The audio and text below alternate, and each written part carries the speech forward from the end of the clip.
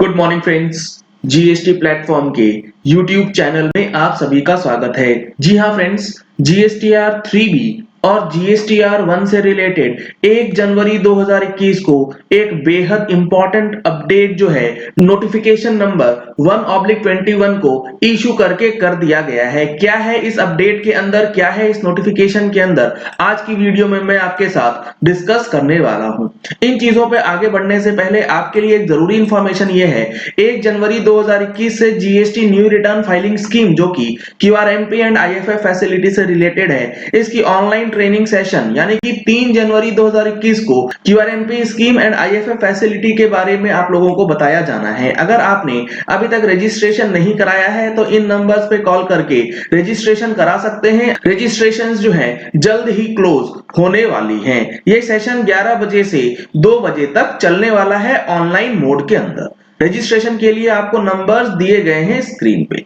अब देखिए, जो ये नोटिफिकेशन आया है ये किस चीज को लेकर के आया है और इसमें क्या बातें बताई गई। इसमें बताया गया है in the central goods and services tax rules यानी कि सीजीएसटी रूल्स के अंदर जो हमारा रूल 59 है उसमें सब रूल 5 के बाद एक नया सब रूल 6 जो है उसे इंसर्ट किया जाएगा।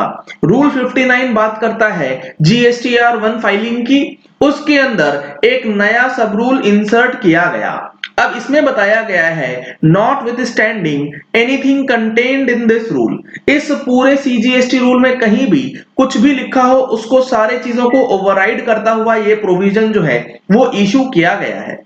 इसमें बताया गया है सबसे पहले a registered person shall not be allowed to furnish the details of outward supplies of goods और सर्विसेज और both under section 37 in form GSTR 1 if he has not furnished the return in form GSTR 3B for the preceding 2 months। जी हाँ friends, काफी लोग ये चीज करते हैं कि वो जीएसटीआर 1 में इनवॉइसेस तो अपलोड कर देते हैं लेकिन उस इनवॉइसेस के ऊपर जो टैक्स लाइबिलिटी पे करनी होती है और टैक्स लाइबिलिटी का जो पेमेंट होता है वो होता है किससे, वो होता है जीएसटीआर 3B से।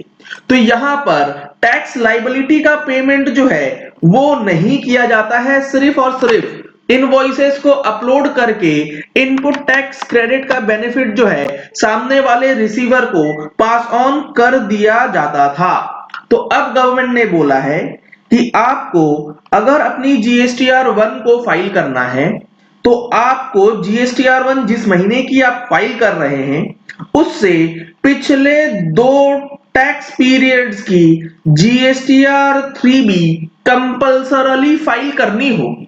लेट सपोज आप जनवरी महीने की जीएसटीआर 1 फाइल करना चाहते हैं तो आपको जो है नवंबर और दिसंबर महीने की जीएसटीआर 3B फाइल करना मैंडेटरी है। उसके अलावा आप जनवरी की 3B फाइल नहीं कर पाएंगे। ये तो बात हो गई अगर आप मंथली जीएसटीआर 3B में चले जाते हैं। दूसरा पॉइंट उन्होंने लिखा है a registered person required to furnish return for every quarter under the proviso to subsection 1 of section 39। अब ये क्या है, ये कल की सेशन में बहुत अच्छी तरीके से आपको समझ में आने वाला है कि इसका सिंपल टर्म हम लोग कह सकते हैं जो बंदा क्यूआरएमपी स्कीम के अंदर जाता है और क्वार्टरली 3B की बात करता है, शैल not be allowed to furnish the details of outward supplies of goods or services under section 37 or using the invoice furnishing facility if he has not furnished the return in 3B for the preceding tax period। जी हाँ friends, यहां पर आपको एक चीज समझना है, अगर आप मंथली जीएसटीआर 3B की फाइलिंग करते हैं तो 2 जीएसटीआर 3B जो है वो पेंडिंग रहेगी तो आपका जीएसटीआर 1 ब्लॉक हो जाएगा। लेकिन अगर आप क्यूआरएमपी स्कीम का बेनिफिट लेते हैं और आप क्वार्टरली 3B जो है उसे ऑप्ट कर लेते हैं तो एक क्वार्टर का अगर आप जीएसटीआर 3B फाइल नहीं करेंगे तो उसके बाद आप जीएसटीआर 1 में इनवॉइसेस जो है अपलोड नहीं कर पाएंगे और चूंकि आप क्यूआरएमपी स्कीम में रहेंगे इसीलिए आपकी आईएफएफ फैसिलिटी में भी इनवॉइसेस को अपलोड करने की फैसिलिटी जो है वो ब्लॉक कर दी जाएगी। तो ये काफी बड़ा अपडेट जो है जीएसटीआर 3B और जीएसटीआर 1 को अब लिंक करके कर दिया गया है। अब यहां पर आगे इन्होंने मेंशन किया है a registered person who is restricted from using the amount available in electronic credit ledger to discharge his liability towards tax in excess of 99% of such tax liability under rule 86B shall not be allowed to furnish the details of outward supplies of goods or services or both under section 37 in GSTR 1 or using the invoice furnishing facility if he has not furnished the return in 3B for the preceding tax period। अब यहां पर क्या बताया गया है, आपको यह पता होना चाहिए कि रूल 86B जो है वो ये कहता है कि जो आपकी लाइबिलिटी बनती है उस लाइबिलिटी का 1% आपको कैश में जमा करना पड़ेगा mandatory as per rule 86B अगर आपका मंथली टर्नओवर टैक्सेबल पोर्शन जो है वो 50 लाख रुपए से ऊपर चला जाता है। अगर कोई ये सोचे कि हम लोग 3B जो है फाइल ही नहीं करेंगे इस रूल के इंप्लीमेंटेशन के बाद, तो यहां पर उसका भी अब कंडीशन दे दिया गया है कि जो बंदा और जिसके ऊपर 86B की एप्लीकेबिलिटी आती है वो अपनी जीएसटीआर 3B फाइल नहीं कर रहा है प्रीसीडिंग टैक्स पीरियड की, तो उसका भी जीएसटीआर 1 जो है वो ब्लॉक कर दिया जाएगा। Without filing of GSTR 3B GSTR 1 जो है उसे फाइल नहीं करने दिया जाएगा।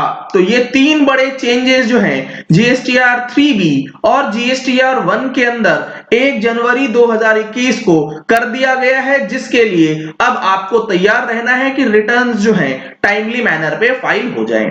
ये जितने भी चेंजेस दिसंबर महीने में हुए हैं इन सारे ही चेंजेस को हम लोग जनवरी महीने की मंथली टैक्स मैगजीन में इंक्लूड करने वाले हैं। अगर आपने अभी तक हमारी मंथली टैक्स मैगजीन सब्सक्राइब नहीं कराई है तो जल्द से जल्द सब्सक्राइब करा सकते हैं। नंबर्स आपको स्क्रीन पे दिए गए हैं, इन नंबर्स पे कॉल करके व्हाट्सएप करके आप मंथली टैक्स मैगजीन की सब्सक्रिप्शन जो है वो ले सकते हैं। अगर आपने हमारे चैनल पे फर्स्ट टाइम ट्यून इन किया है तो चैनल को सब्सक्राइब करने के लिए नीचे दिया गया रेड कलर का सब्सक्राइब बटन प्रेस कर लीजिए, साथ में जो बेल आइकन है उसे भी प्रेस कर लीजिएगा ताकि वीडियोस की नोटिफिकेशंस आप तक रेगुलरली पहुंचती रहें। Thank you and have a nice day.